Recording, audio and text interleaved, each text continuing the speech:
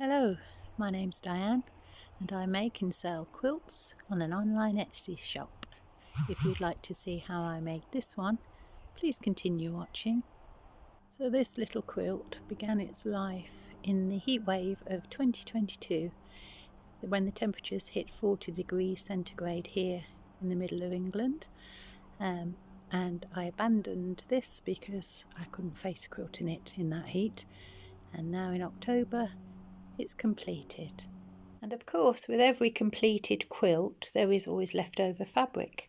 And what do we do with that?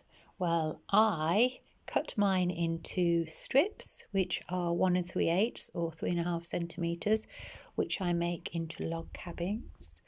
And this is one I'm working on at the moment. This is for me. I'm making a couple of these. I work on these in between projects, and then there are other things I make, and I'll show you that now. And so I also have leftovers from fabrics, 3-inch squares. I cut them into 3-inch squares, any leftover bits, or I tend to have quite a few 3-inch half square triangles left over. And so I decided to put those together and make a scrappy quilt. I've also used some of the log cabin strips. As you can see, these are laid in, sometimes this is referred to as a brick wall pattern because it's the way bricks are laid, I suppose.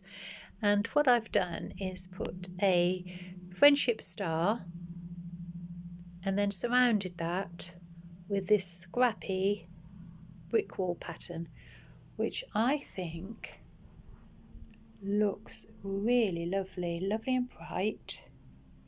Eye dances all over the place, all sorts of colours. The only rule I made with this was to keep the centres cream so that everything else had colour in. So there's no cream on the outside. And I'm just about to quilt this, and I'll show you how that goes. And it's a scrappy quilt in every sense, I suppose, really. The back has been pieced out of cream cotton that were left over from another quilt, so that's a scrappy back. And you can see from this little bit of batting that I've sewn together that the batting is also pieced, put together. So all of these bits that were maybe someone else's waste is now going to go into a quilt that will be really functional.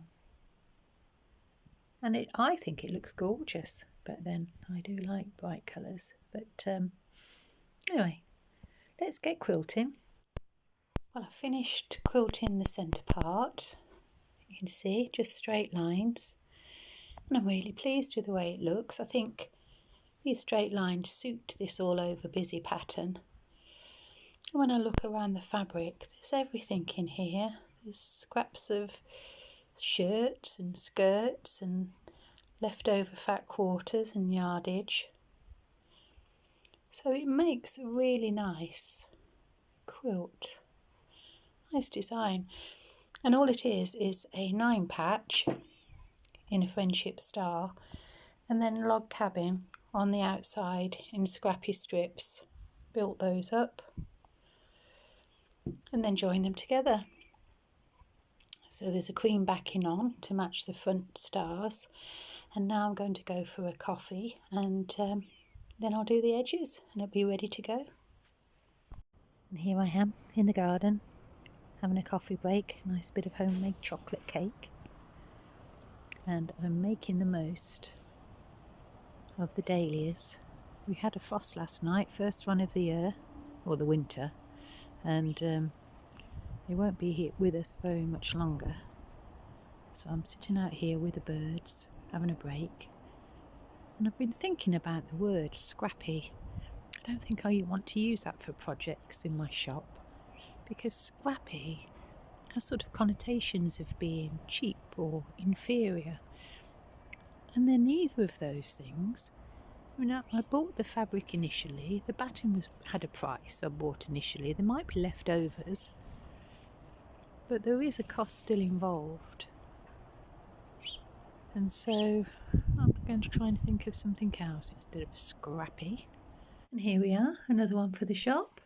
It's been bound in cream. The backing is lovely, it feels lovely, the quilting like this. I have my label on, I buy these off Etsy, and the colours, it's so lovely. It's a good size lap quilt. It's 47-inch square or 119 centimetres square, 100% cotton, 100% cotton top, batting and backing, so shove it in the machine. Great for a, I don't know, play mat. Really pleased with it. And so of course with every completed quilt you have remnants of batting. And what I like to do is cut them up into small pieces, and I use them for stuffing for various projects. And the two I'm working on at the moment look like this. They are old tights which have been stuffed, which will become doorstops, draft excluders. And I am crocheting with leftover wool a cover, and I shall call one of these Vesta, after the Vesta matches. So some things don't make it into my shop, even though I'm trying to make a business and as much money as I can from it. Some things just need to stay at home, don't you think? And there we go, finished. Vesta lying along the back door. What can I say? Totally free. Leftover batting, leftover wool, an old pair of tights, crochet hook, and there's a draft excluder. Unique, bespoke, not for the shop. And here we go.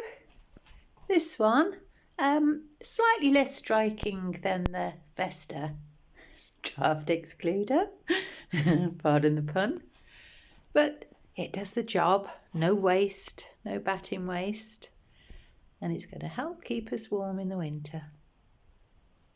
So thanks for watching. If you've enjoyed this video, please subscribe, hit the notification button so that when the next one appears you're sure to catch it. And look at him, he's making the most of the dahlias too, oblivious to the world, just intent on what it's doing, a bit like us quilters. I'll see you soon, take care, bye.